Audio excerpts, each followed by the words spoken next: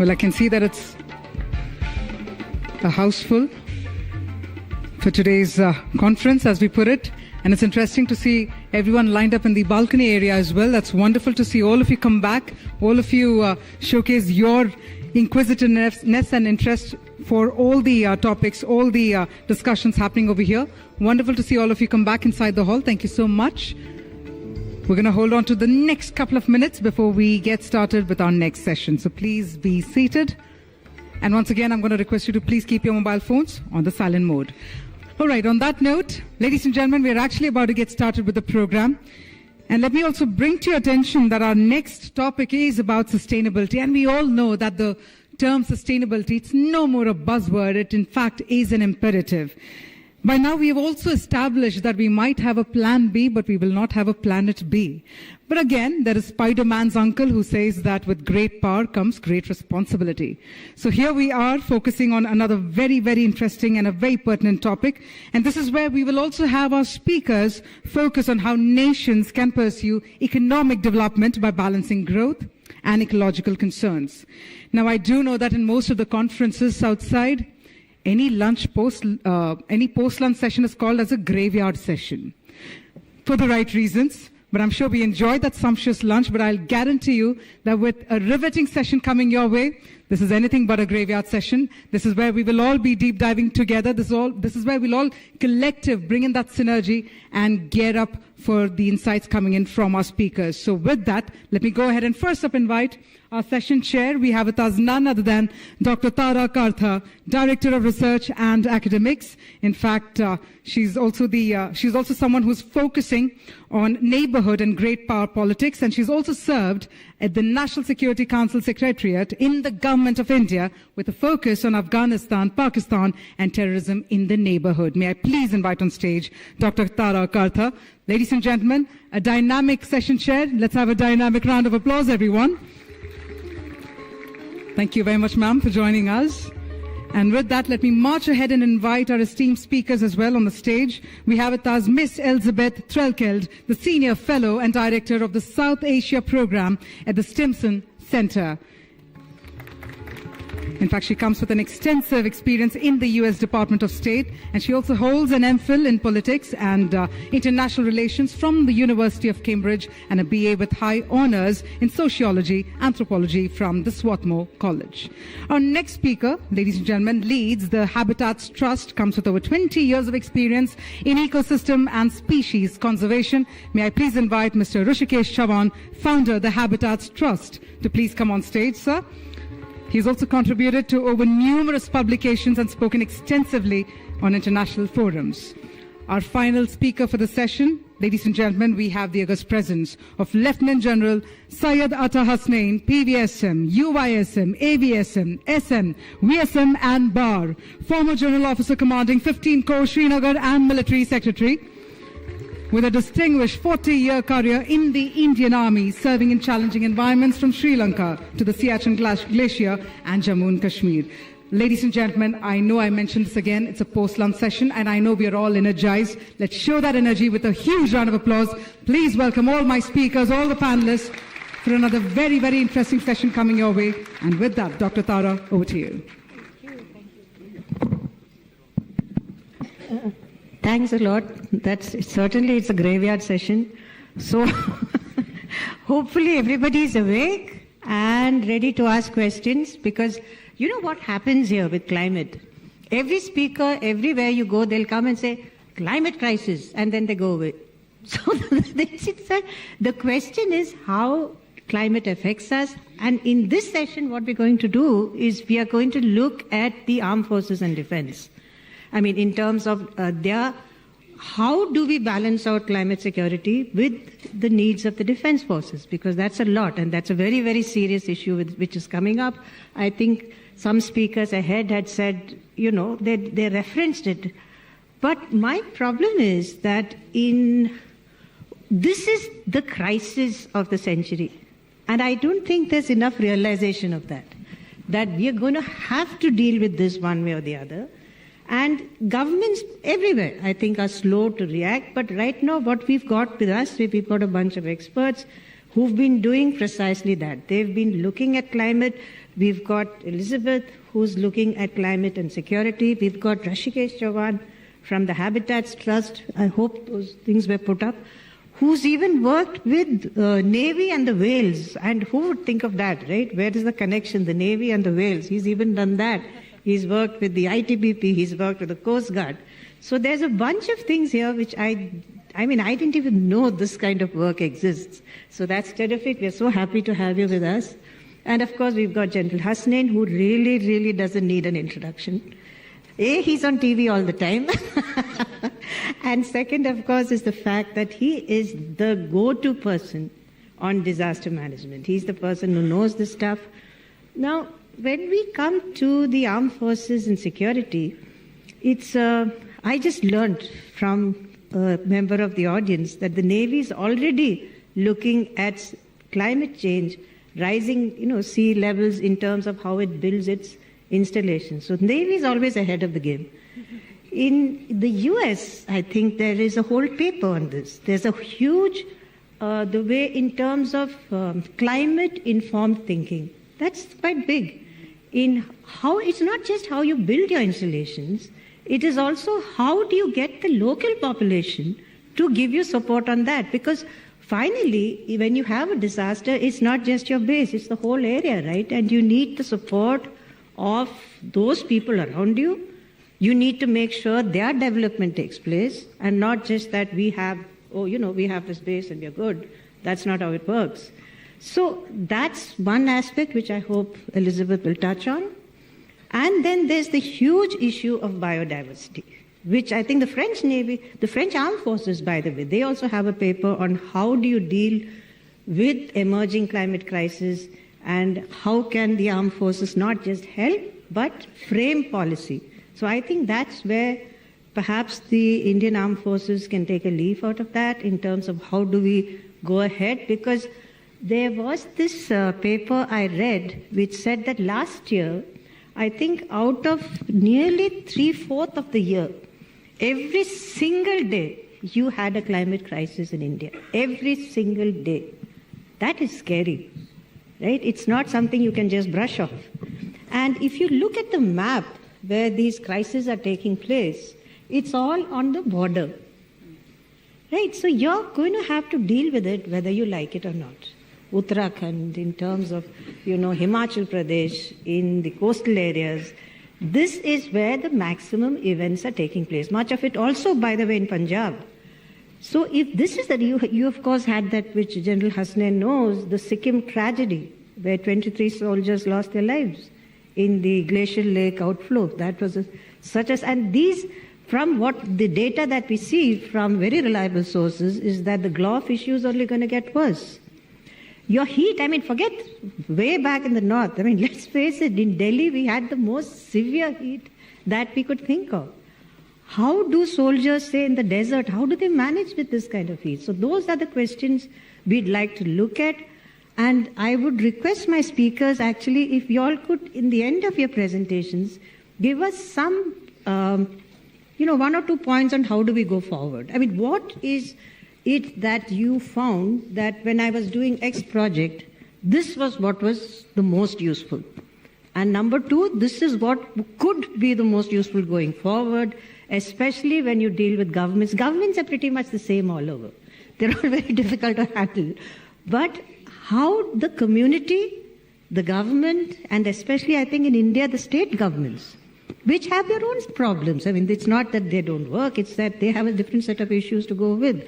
So at the end of your presentations, if we could have those points, that would be really great. So I'll give each of you all 10 minutes, and then we'll go, and I'm hoping to get an audience make this as interactive as possible so that questions come in and we can take them on at any time you want. You can shout out to me. So Elizabeth, if you could go first. Thank you so much, Dr. Kartha, and a big thank you to the organizers at CLAWS. It is really a pleasure to be here with you all today. My name is Elizabeth Relkeld, and I am the director of the South Asia program at the Stinson Center. And we have traditionally focused on so-called traditional security issues, hard military, nuclear, conventional conflict. But over the last several years, it has just become inescapable that non-traditional security issues are just as more, if not more important, as we look at the security picture likely to evolve in the region over the course of the next 5, 10, 15, 20 years. As Dr. Kartha said, it's already happening.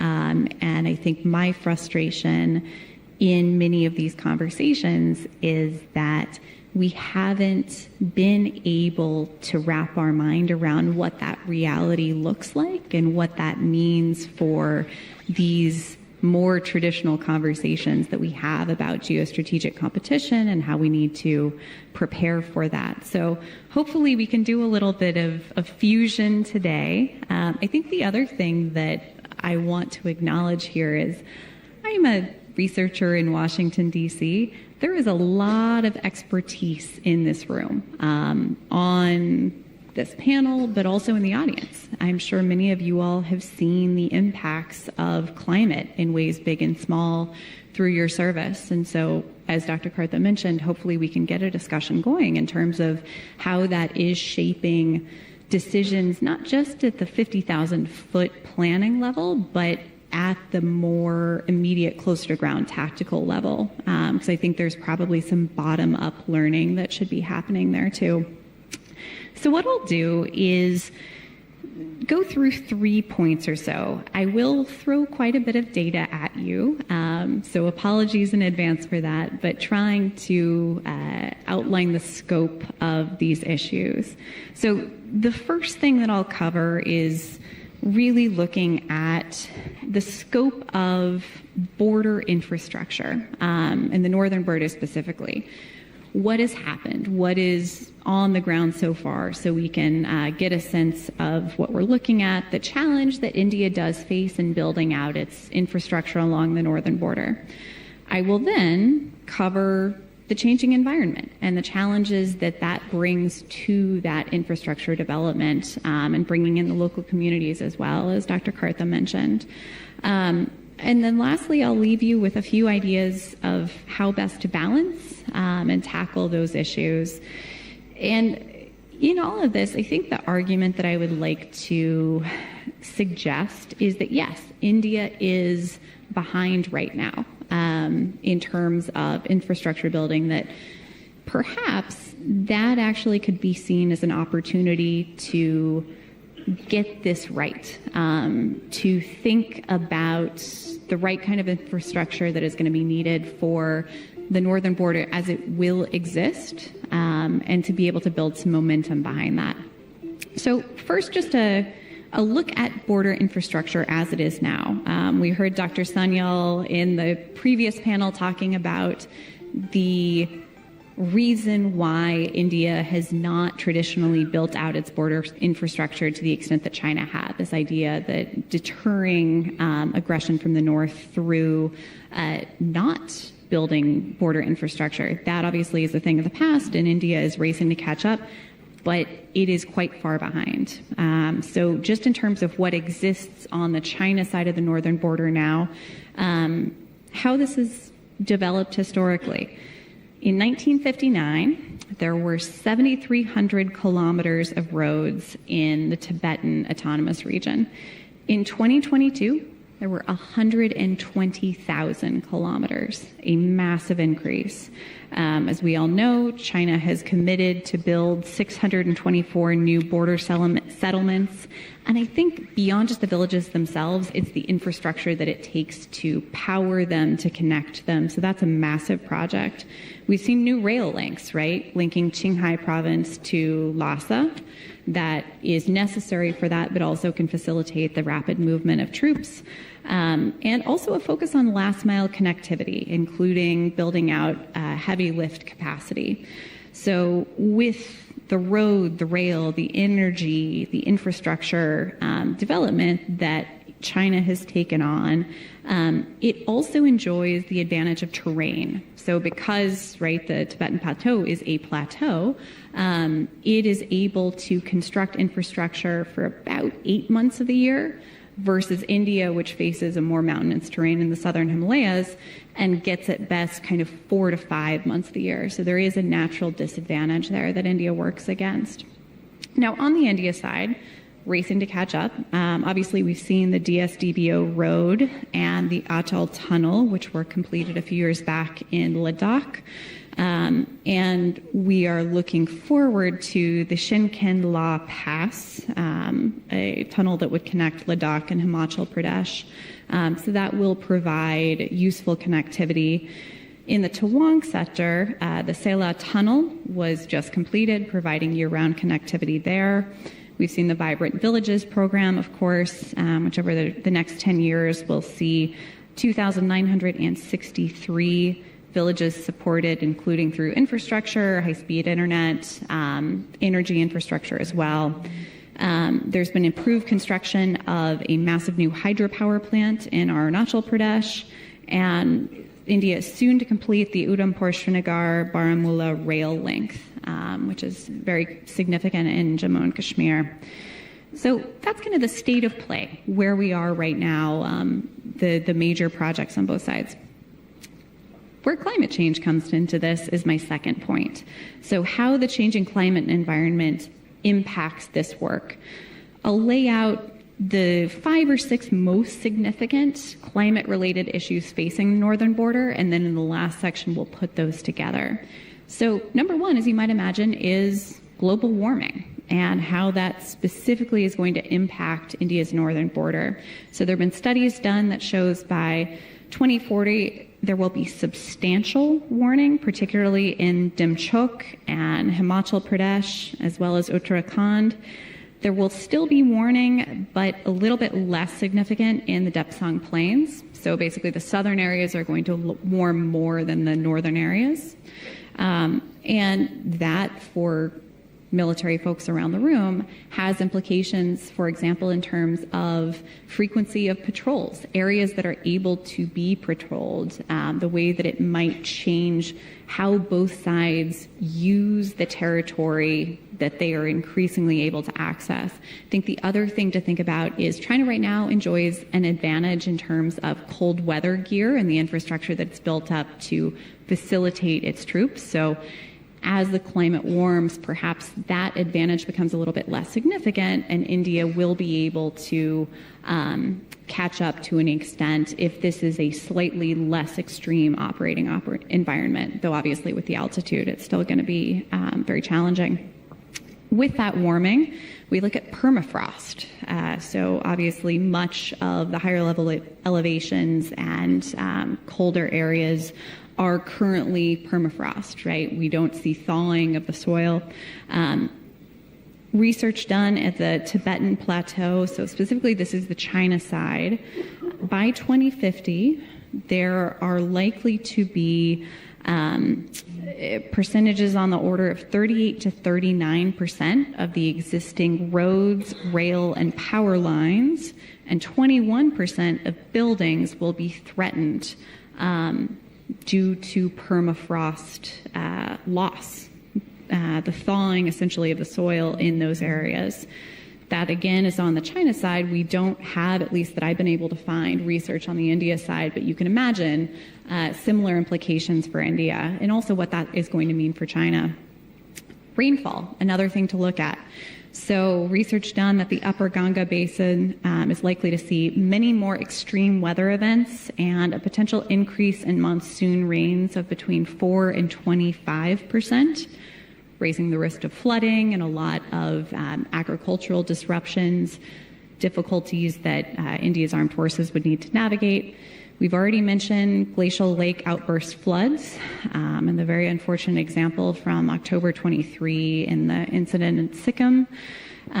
India has 23 glacial lakes that are rated as critical, so they have been filled to the extent that they are at risk of an outburst flood. Of those 23, 17 are in Sikkim. And that, I think, is one of the most acute areas of risk that we can see. Looking back at that 2023 flood in Sikkim, it wasn't just the glacial lake outburst flood. It then led to the catastrophic loss of a dam, a hydroelectric dam, that had knock-on effects downstream as a result of that. What I won't cover in this section, but will allude to, hopefully we can get back to in the Q&A, landslides, earthquakes, villages sinking. These are all effects in part driven by human-led infrastructure buildup, but also are just a result of the very new mountain range that the Himalayas still are. So we should talk more about that. My last section here before I wrap up is just this question of what can be done to try to address this issue, to recognize the security interests of India, but also the ecological imperatives of managing climate change sustainably. So like I say, I think there is an opportunity here to do this right, to try to future-proof, to think long-term as best we can about the environment as it is likely to exist over the medium to long term. Human security has to be paramount in that, taking local communities into confidence about both the changing infrastructure but also the changing climate, and not just having that be a one-way conversation, actually sitting down, listening to them, because these are the folks who know the environment better than anybody else. They've seen the changes, they understand those dynamics. And it's not just the communities along the border, as we saw in the instance of Sikkim, for example. In those states further afield from the line of actual control and indeed farther down, there can be second-order impacts of climate change. And so this needs to be a broader educational campaign so people understand how the region is changing, what it might mean for them, but also what the Army and the government is doing to assist. With that, I think it's also important to acknowledge how diverse those communities along the line of actual control are. They have vastly different interests, and even just the topography itself is quite different. And so incorporating local priorities and also delivering services to them, right? We see this in the Vibrant Villages program, but upgrading the assets and the infrastructure that are available to them in order to continue building that trust. A big bucket that I would focus on, I would categorize as awareness and forecasting. So improving weather monitoring, installing new radar systems, looking at early warning capacities for things like glacial lake outburst flooding and other adverse events, so we can provide as much warning as possible to downstream communities. Leveraging satellite data as well, which is a novel space that there's a lot more that could be done in. With your point on state governments, there are a multitude of actors in this space, right? And that coordination is always a challenge. So sharing data and expertise across civ mill lines, federal to state governments, government to non-government organizations, really making sure that the institutional infrastructure, if you will, is in place to be able to accommodate that, particularly in a crisis scenario where things have to happen very quickly. I would also point to the idea of crowdsourcing impacts, reporting from on the ground, for example, landslides, which we haven't gone into very much. These can be very small scale things that are cleaned up relatively quickly. But if there was a way of crowdsourcing reports of those minor landslides, there are actually advancements that are being made in predicting future risk of landslides that could be improved with citizen reporting of X, Y, and Z happened at this stretch of road. So something to look out there to engage the community. Lessons learned, hats off to NDMA. I have to say I read through the report after the Chamoli landslide, and there were a lot of very effective lessons there. And with that, I think the last couple of things I'll highlight, one is just green development, right? Sustainable materials, developing standards for construction of infrastructure along the border, and looking at ways that we can use light footprint to be able to get to the same effects that we need for security purposes. So this comes back to drones, to sensors. In some places, you're obviously going to need roads. We need roads to be able to move people. But I think it's also worth taking a look at alternatives. So things like ropeways, hop-on, hop-off airfields, tracked systems, like ski lifts that could be effective in some of these areas and less disruptive to local communities. And the last thing I will leave you with is the importance of cross-border data sharing. And cross-border engagement. So having talks with India and China, with India and Pakistan, to try to establish information from both sides about downstream and upstream effects of water levels. As China, for example, is building out a new major dam, India is going to have a lot of questions. And so being able to have those diplomatic contacts, even if it's challenging, I think is worth trying to do, because this is not just a domestic internal issue in India. Thanks. Thanks very much. That was really, especially like the last few points you made. I think I don't think we have any choice but to share data, because it's not that you have a glacier and the other guy doesn't, right? So, Rashikesh, if you could go, maybe if you can limit yourself to 8 minutes, that would be great. Yeah, thank you. Like biodiversity, the population of the hall has also gone down, but I think this is a great opportunity for us. So thank you, Claus, thank you, Indian Army, for providing this opportunity. I think the bigger question is, what has biodiversity anything to do with security? And that is something that I think we try and address.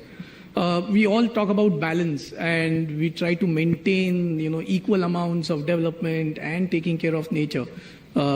But that's really a 50-year-old concept. As the science has progressed, we've realized that it's extremely dynamic, and it's all about equilibrium. So it's like a food. You don't add salt as much as you add your rice or something else. And when the balance or the equilibrium kind of shifts, when something becomes higher, like the carbon dioxide or biodiversity loss, the stable state changes. Currently, the state that we are using, in the state that we are, the interglacial period, is great for life to survive as we know. But if it changes, it's not long before we become the dinosaurs of this planet. The planet will continue to be there.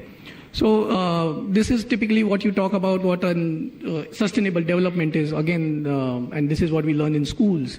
But really, this is also an old concept. And now what we've realized is that environment forms the larger thing, and it's more of a concentric circles. And thus, ecology and environment form the bedrock of economy and the society. So anything that happens to the environment or the natural world, it definitely affects the society and economy. And I think in the next few slides, that's what I'm going to touch on. So what's the correlation between security? There is enough and more studies globally published. I think every year there's a lot of publications. And there is a very strong correlation between environmental degradation and terrorism. Boko Haram is a classical case, where one paper said that environmental degradation pursues people to join extremism organization because there's just lack of resources.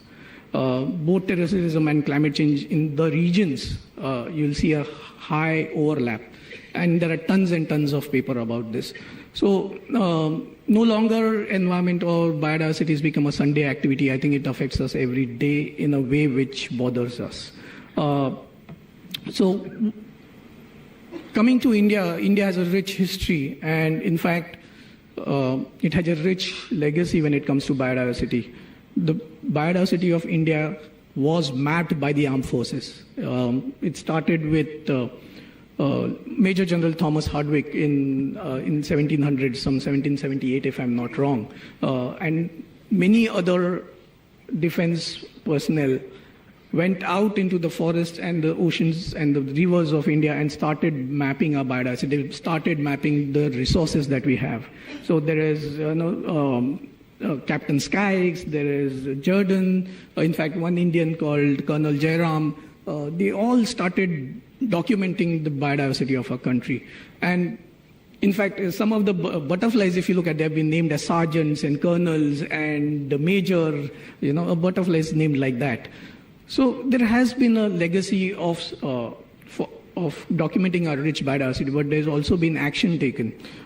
If you look at General Kumar Mangalam's work, and he established what is now called as Territorial Army in 1960s, has done some great work. Masuri work has been very famous.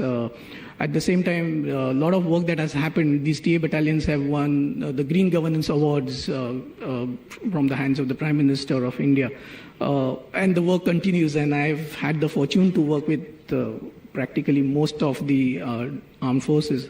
And the work that they do is great. It's just that somehow it never gets the limelight it deserves. But I think the reason why I'm standing here is this one slide, that the Indian Defence Forces occupy some of the most critical areas for biodiversity and water security in our country. Be it Ladakh, be it Sikkim, be it Arunachal, or the deserts of Rajasthan. These are some of the most fragile ecosystems. And if we're looking at how glaciers have receded, or the bird that you see is a crane, a black-necked crane. Last few remaining population, less than 100 probably, left. No civilian has access to these areas. And all that the Defence Forces probably need to do is a marginally little more effort to just be cognizant of what's there. And just by your presence, you can protect a lot of things. You can ensure that the glaciers are there, the water systems are there, the biodiversity is there. Biodiversity and climate change are kind of together, and Dr. Tara was talking about what's the connection between whales and Navy. But whales, say a blue whale, for example, is 200 tons. And it is the reason why oceans can capture carbon. From the poop of it, the algae come up and they absorb carbon. When it dies, it sinks to the bottom and can feed millions of small microorganisms. They're great, but sonar pinging does affect them, does kill them. And US Navy, for example, has regulations on how do you regulate that without kind of harming the whales. How can you do your activities? I think the discussion is not how do you have development and environment at the same time. I think that's a passé. What is important is a regenerative process where, with given technology that we have today, if we can just add some bit of commitment to it, development and environment are actually, economy is, and ecology are sisters. Ecology is study of the home and economy is management of the home. They are the sister concerns. And if you can kind of look at it, we can definitely really contribute to the security of nation. Trying to stick to the timeline, so I'll just wrap it up quickly. But we have been working with Defence Forces. We've been working in Ladakh to look at some of the issues like dogs, the free-ranging dogs that are there. We're doing sterilization there. We have an MOU with the Navy where we are working on how do you look at whales, how do you ensure, in fact, Karwar naval base is the largest in Asia. And how do you, in Nicobar, you're coming up with another base. How do you kind of ensure that while you do the security of our country, how do you also secure the insides of the country? How do you secure the water? How do you secure our posterity? Of course, we work with Coast Guard and with turtles and ghost nets and things like that, but also with BRO, because infrastructure, border road infrastructure, when these roads that pass through some of the most critical areas, there are snow leopards, there are pikas, there are multiple other organisms that use that road and can get killed. And you have to make those roads. There's no two ways about it. But how can you mitigate your impact? And I think no one in this room or anywhere wants to have a negative impact of their actions. It's just that with a little bit of commitment and a science, we can have both economy and ecology because they are one and the same. Thank you, Doctor. Yeah, so I think that was brilliant in most, especially in terms of time. I really wish that we could have half an hour of you talking, because there's so much that you can teach us on this. And maybe at some other point, Claus can bring you in this subject particularly. Over to General Hasnain.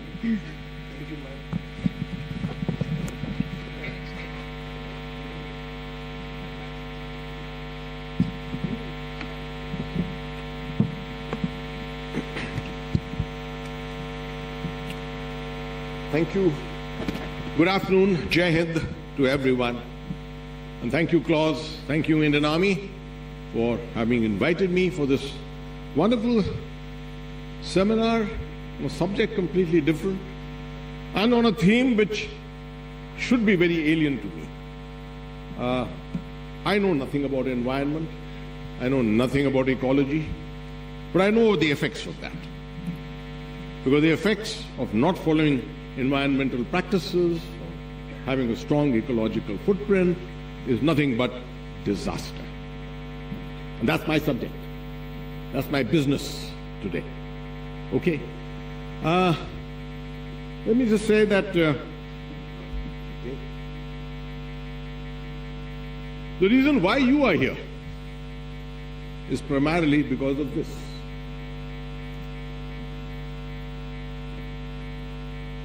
It's the lead component of the organizations that drive the nation in terms of this: ecology, environment, and disasters, which are all akin to war.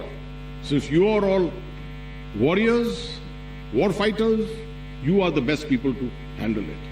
Let me admit to you that my particular interest in the connection between comprehensive security and disasters really came into being last year, when I happened to visit the AG, General Viresh, in his abode in 33 Corps, and I was horrified to see what had happened in Sikkim on the 4th of October last year.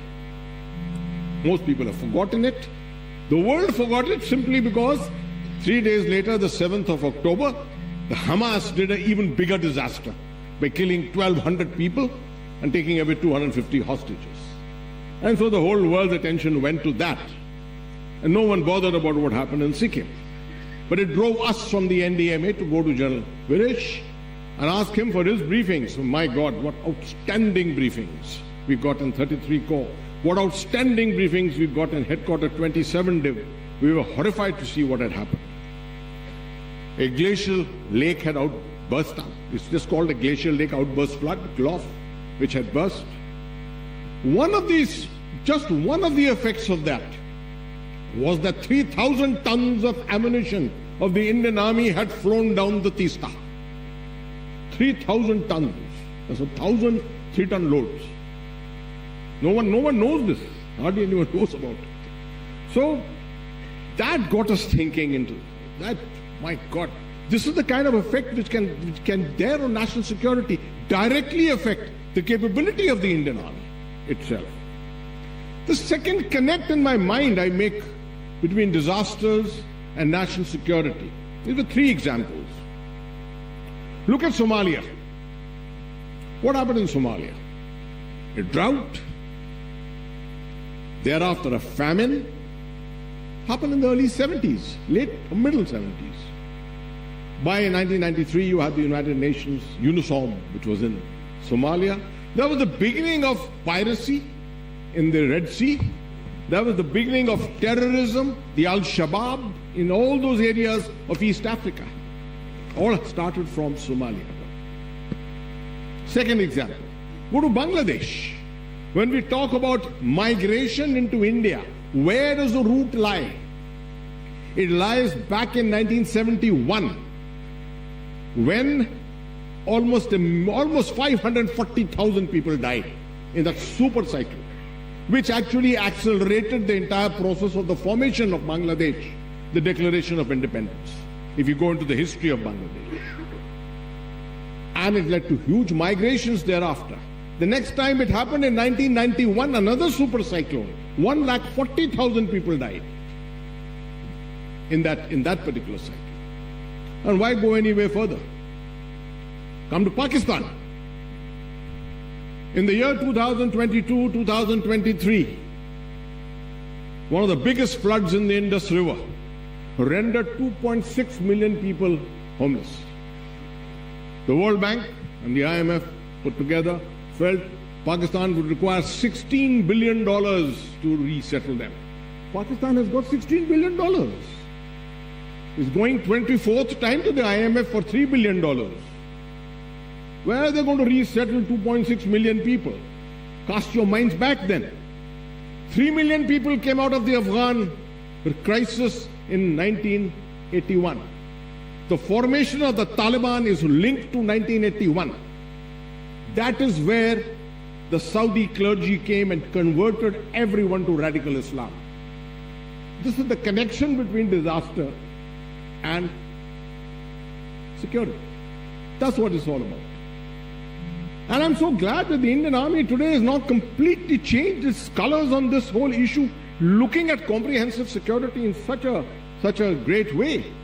And in that, introducing a subject such as this, which was alien to all of us many years ago.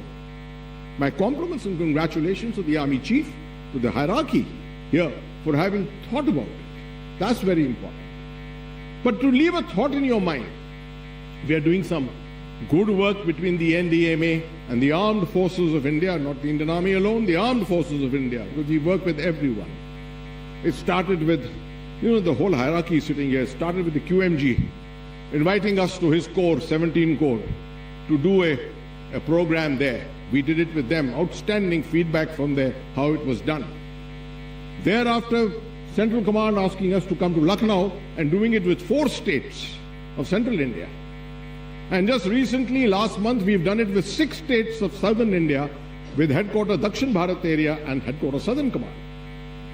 And only yesterday, I've received a DO letter from 16 Corps to say, why don't you do it with us? Wonderful. I mean, this is what is making one happy. To see that the connect between disasters and national security is all there in the mind. And therefore, I should only leave a few thoughts with you on this, because I think the thinking is all correct already. If the armed forces, they must work to highlight their focus and concern on ecology, environment and disasters, 3 things you need to look at. One is the United Nations Sustainable Development Goals, the SDGs, 17 of them which have been outlined. Not much attention is usually paid in our academic circles in the armed forces to this. The second, the Sendai Framework. I wonder if how many people have even heard of the Sendai Framework. The Sendai Framework for Disaster Risk Resilience, which is related to between 2015 to 2030. Last year we had a review of that. The surge towards 2030 has just begun. And the last is the Honorable Prime Minister's 10-point agenda for disaster risk reduction. This is what the Sustainable Development Goals are. Broadly, I'm not going to take too much time on it. The second bullet, the SDG agenda is based on the principle that no one can be left behind, that there are too many people in extreme and vulnerable situations of insecurity. And this kind of situation comes out of disasters. Of course, ecological and environmental impact, of course, that's a very important part of it. The third bullet, Sustainable Development Goals are a universal call to action to end poverty, protect the environment, reduce economic inequality, and ensure peace and justice for all. These are the goals, 17 goals, which you must try and Google, look at them. Cursorily, you don't have to go into very great detail. And you can see on the right side, environment is treated as a subset. Climate change, water ecosystems, land ecosystems. 3 things as a part of the SDGs. The effects of disasters, just look at it worldwide. 40 to 50,000 people averagely lose their lives. Last year, 86,473 people died. And disasters affected 93.1 million people. While you're reading this, let me tell you, COVID of 2020, how did it affect the Indian economy? And economy is a part of national security. Minus 24% in the first financial year. Minus 7.5% in the second year. We are fortunate as a nation, we came out of it and came to 6.5% thereafter. Not many nations have done it. 10% of agriculture GDP in low-income nations can be affected by this. And my second last, the Sendai Framework. The Sendai framework is a guideline, primarily. Look at these 4 bullets that I've got for you. A guideline, essentially, to mitigate, reduce, enhance the capacity to be able to respond to disasters. That's what it's all about. It's a guideline, nothing else. It will show you how to go about going through the entire cycle of disasters. 4 things. Understanding disaster risk, strengthening disaster risk governance, which means you need systems, investing in disaster risk reduction for resilience, which is what we are doing with the armed forces today, and enhancing disaster preparedness for effective response to build back better. That's the mantra now. You go have destruction, you don't just restore, you build back better. And the last one, the flagship point, the flagship slide of my presentation, the Prime Minister's 10-point agenda. If you just look at it, it covers everything comprehensively. Everything is covered comprehensively. I needn't go further on that. I'll leave you with our thoughts on this. Thank you very much. So as always, General Hasnain makes us all think it's brilliant as always. Thank you so much. I hadn't frankly heard of the Sendai Network at all. So I'm not, however, a climate activist. So that's my excuse. But I was just thinking, in terms of just yesterday, there's this huge satellite picture I got of, stubble burning in Pakistan. Thousands and thousands and thousands of fires. Just across is ours. Few far less. But, this time the government is really trying to do something. They're dismissing people. They're suspending them. But surely this is something we need to discuss with our neighbor. You have no other choice. These guys all that is coming to Delhi. It's affecting us, our children. Number 2 is things like, say, Chinese illegal fishing, which is all over. There are hundreds. Look at the security issues involved. They trawl the seabed and they completely, which somebody here had talked about the coral reefs, everything is being wiped out because of these people. So if we were to talk even, I'm just thinking that with the Chinese troops being multiplied by God, I don't know how many hundreds on the border, the presence in those sensitive areas of human habitation, what is that effect going to be? So is it even possible for us to think? I'm asking you, General Hasnain. I'll respond to that. Of course, this issue of stubble burning is just too political to comment upon. Yeah. No, right? The Chinese aspect, that can you, if now that we've talked about, pulling back, can you shift to a kind of climate warrior basis? Sort of, it's too much to ask as of now, but perhaps one could think of ways. Of course, you see, this can easily be done through legislation, even, for example, right? But mostly in man-made disaster situations, there is always a give and take, a compromise issue. You don't do stubble burning, and you have a major problem of agriculture in Punjab, parts of Haryana, etc. You do it, you have a good food production, but you have an ecological disaster in Delhi and areas around it. How to come to a happy mix? That is where the political issue comes up. And that's where the compromise has to be sought by us. Of course, a lot is being looked at. We are looking at it from every angle. But I don't think we've got immediate answers available at the moment. But, of course, we'll just continue looking at it, I suppose. Thank you. I'm going to, unless any of you want to make any specific points, just two minutes. Yeah, on stubble burning, I think there was a point when we never had food. I hear my parents telling me that when they were young, there was no food to eat, and the food was imported, and that's when Green Revolution happened. So I think that was the need then, to grow the wheat and the rice that was grown the way it is. But today, agricultural science has gone far beyond, and the country's economic stability is also much better. I think we need to look at multi-pattern cropping. You need to look at climate-resilient cropping, and then there won't be a need to burn the stubble. How you fertilize your crops, how do you use pesticides in your crops, that will decide and not trying to find a band-aid solution to... You do have possibilities of investment in mechanical equipment, but that requires a huge amount of money. A call will have to be taken on that. Where does that money to come out from? How do you plan for that? That is the problem.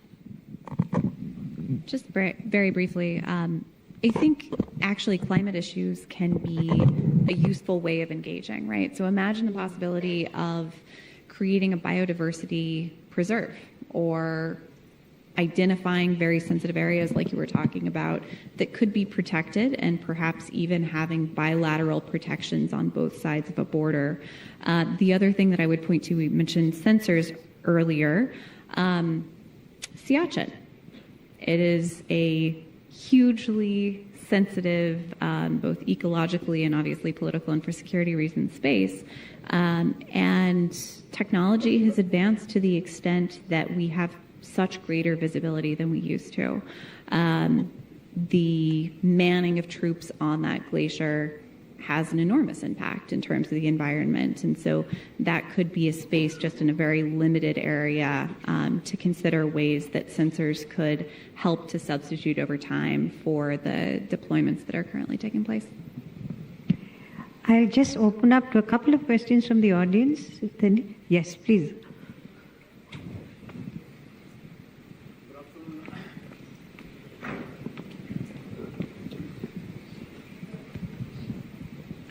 Good afternoon, Dr. Karta and the House. My compliments for an excellent presentations and to the knowledge. I wish to contribute by telling the House or highlighting a point how an awareness on green training is slowly and steadily catching up in the armed forces as regards the use of simulators. It all started in September 2021 when the government took out a policy on the framework of simulators in the armed forces, trying to usher in the use of simulators in place of using live ammunition. Those were baby steps in early days. The awareness to use simulators was rather lacking at that time, and were only about catching up. As the time has grown over the last 2.5 years, TERI, the Energy and the Resource Institute of India, has taken a huge move to partner with Army and the private industry to bring out as to how the use of simulators not only meet the training challenges, they are a great factor in reducing greenhouse gas emissions, which cost thousands and thousands of crores of rupees. Just to bring an example, the study was presented on 5th June 2023 in India Habitat Centre, and it brought out that a single round of INSA's rifle, fired or not fired, saves 0.280 grams of greenhouse gas emission. Now this looks insignificant, but multiply it by the thousands and millions and billions of rounds being fired, and not only small arms, artillery rounds, air defense rounds, armored rounds. And this awareness is now, the study is now being taken up by Niti Aayog as a one-day workshop on bringing sustainability initiatives in the armed forces, the green training initiatives in the armed forces, which not only restrict to the use of ammunition, it relates to the use of proper waste management, smart building, and so on and so forth. So this green revolution in the making is something which rhymes in consonance with what you gentlemen and lady have spoken, and I'm very happy to say that this awareness is catching up sooner than later. Thank you. Thank you so much. Thank you. That's an excellent point. I think there's someone here. Can someone get a mic here, please? Here. Greetings, everyone. I am Wing Commander Taruna Yadav. So today we have spoken about climate change, extreme weather events like floods, droughts, landslides, avalanche, and we have seen how this climate change and extreme weather events is affecting the national security. Now we also know that climate change is not an isolated phenomenon. It is inevitable because we cannot get the mindset of the entire country, the neighborhood, and the globe together at one function. So it is going to be inevitable. So my question now is it time for us to start investing more and doing more research on weather modification so that the weather becomes our ally instead of our adversity? And I would like to know if there is some work that is being done on it. And if not, then which organization should start working on it to make weather not as an adversity, but as an ally? Maybe it can become as a new strategic defense measure for us. Thank you. There's a question here. Good afternoon, ma'am. I'm Colonel Sumit Duggal. Sir, my question is that around a decade back, say somewhere around 2009, 2010, there was a seminar on ozone depleting substances which was conducted by clause only. And subsequently, the action plan was formulated, and then headquarter technical group EME was made the nodal agency to look after and manage this thing. So what has been the progress by our organization, that is Army, on this aspect? How much we have been able to curb this emission of ozone depleting substances? Yeah. For ozone depleting substances, the thing is, it's a great success story, actually. Ozone depletion was a huge problem 20 years back, but it was because of the chlorofluorocarbons that were there, especially in refrigeration. So the changes in technology, changes in replacement of gas has now actually, ozone hole is now closing, and to a point where we don't have to worry too much about the ozone layer anymore. So that's a success story, and hence we need not worry about it. I think the bigger challenges are climate change and biodiversity loss. So it's a success story. Your efforts 10 years back have actually yielded results. Regarding your question on climate change, Madam Elizabeth, we will request you also to contribute to this particular aspect on artificial weather change, artificial climate change. I still remember about a couple of months ago getting a call from a very senior Army officer asking me to examine whether it was possible that the 33-core famous glacial lake outburst and the one before that in 2021 on the 7th of February, which happened in Chamoli, could these have been artificially generated weather events which led to cloudbursts, leading ultimately to a huge amount of rainfall on the glacial lakes, and the glacial lakes then bursting out? We went into the details of this. We examined it internationally. We spoke to a lot of agencies around the world. We could not really come to any conclusive evidence that this is available anywhere in the hands of our adversaries or anywhere else.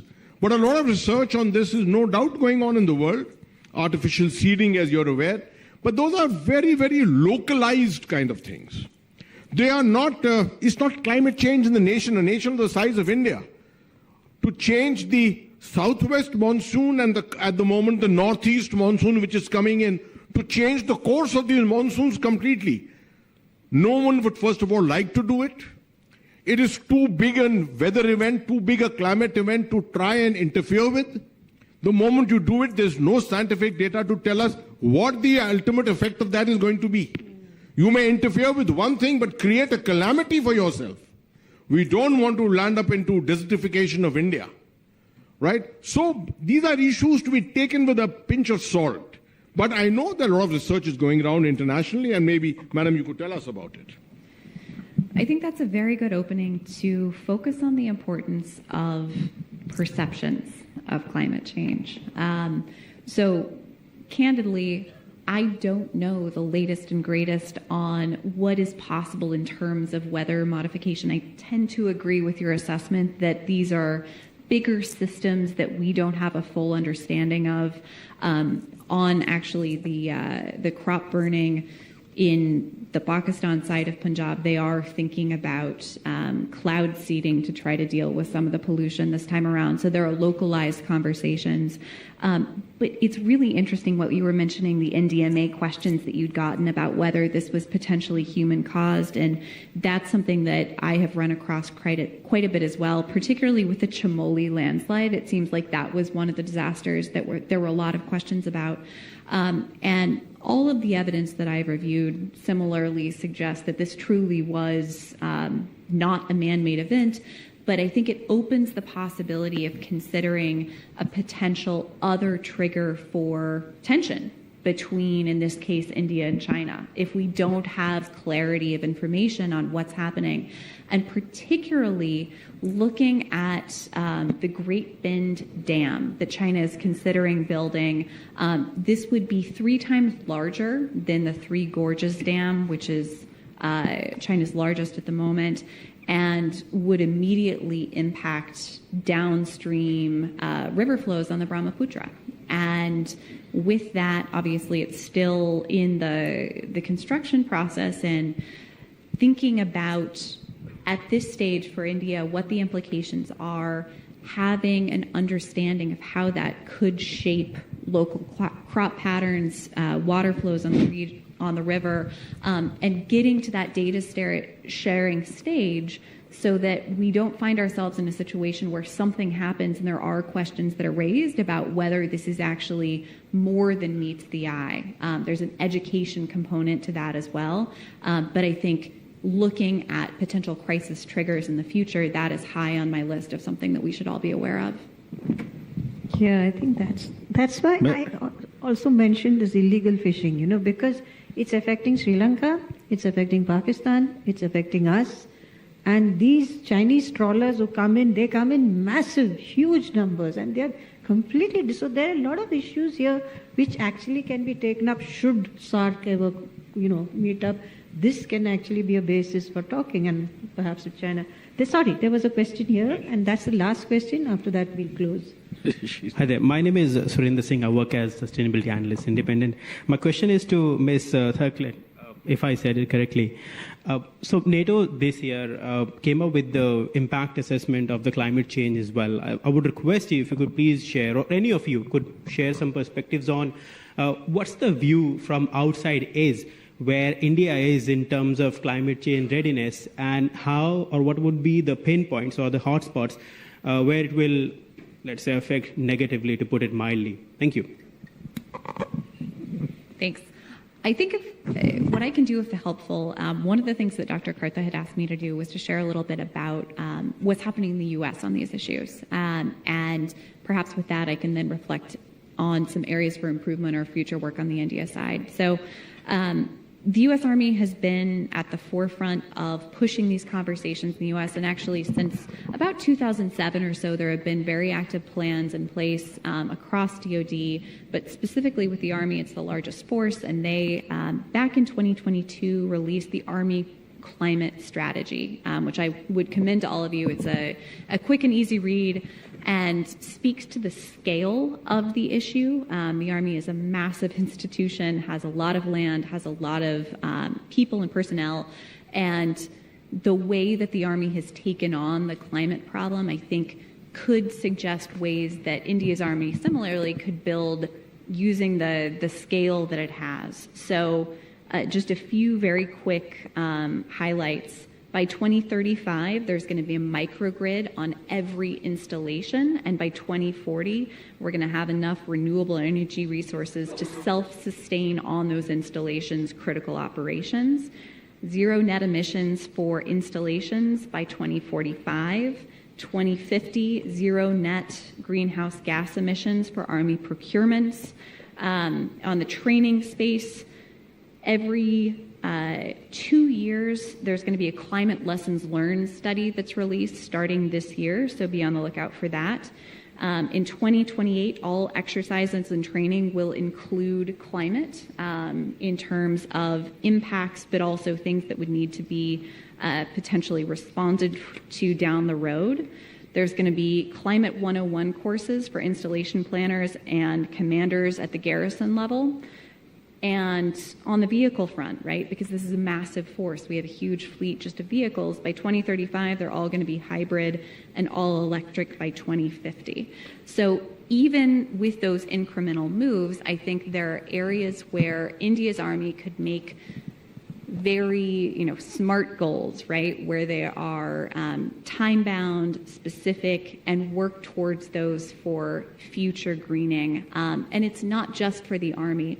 We've seen over time in many other examples where the military really can lead the way on a lot of these technologies. And you have the scale, you have the scope, you have the expertise to be on the forefront of developing and putting into place new technologies that can then have uptake with the private sector too. Thank you. I think we'll check out that report. With that, incidentally, I think the Indian Air Force has just given out a thing to the Uber. They're saying that we'll use Uber for our thing. So there we go. They're going ahead. So we're going to stop here. Thank you all very much for really, really fantastic discussions. Thank you to the audience. I would urge all of you all, when you go back, do something for the environment. Something small. Plant a tree. Don't cut a tree, even if it's negative. But do something, because it's our children's future. We are, all of us in this room, guilty of handing to our children a very, very bad environment. So I'll stop with that. Thank you so much. Thank you. Thank you so much. Can we have a louder round of applause, everyone? The incredible data points that we managed to gather along with the riveting discussion. Thank you so much. And Dr. Tara, I also wanted to inform you that some of us, in fact, we are also doing our bit in terms of sustainability, which is why today, when I saw the topic, I chose a handloom sari. And I realized, because we are all about to have 6 yards of conversations throughout the day. So, Dr. Tara, thank you so much. Thank you to our speakers for inspiring us all. And with that, ladies and gentlemen, may I please humbly invite on stage the Vice Chief of the Army Staff, Lieutenant General N.S. Raja Subramani, PVSM, AVSM, SM, VSM. So if I could please request you to felicitate our speakers. Firstly, sir, I request you to please felicitate our vibrant session chair, Dr. Tara.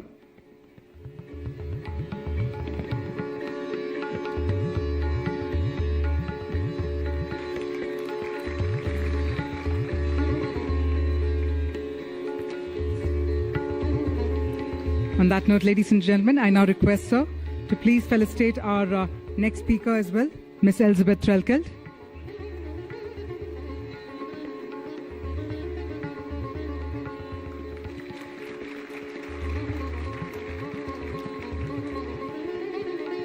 Sir, I now request you to please felicitate Mr. Rushikesh Chavan.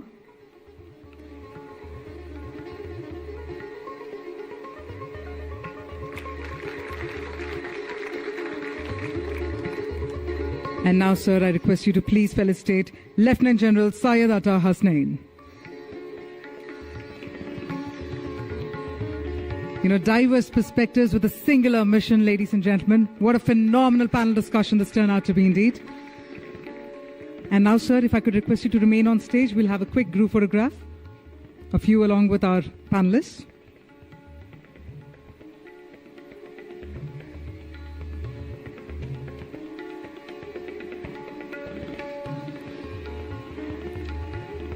Thank you very much, sir. Thank you once again to all of our speakers. Ladies and gentlemen, well, on that riveting note, yes, sir.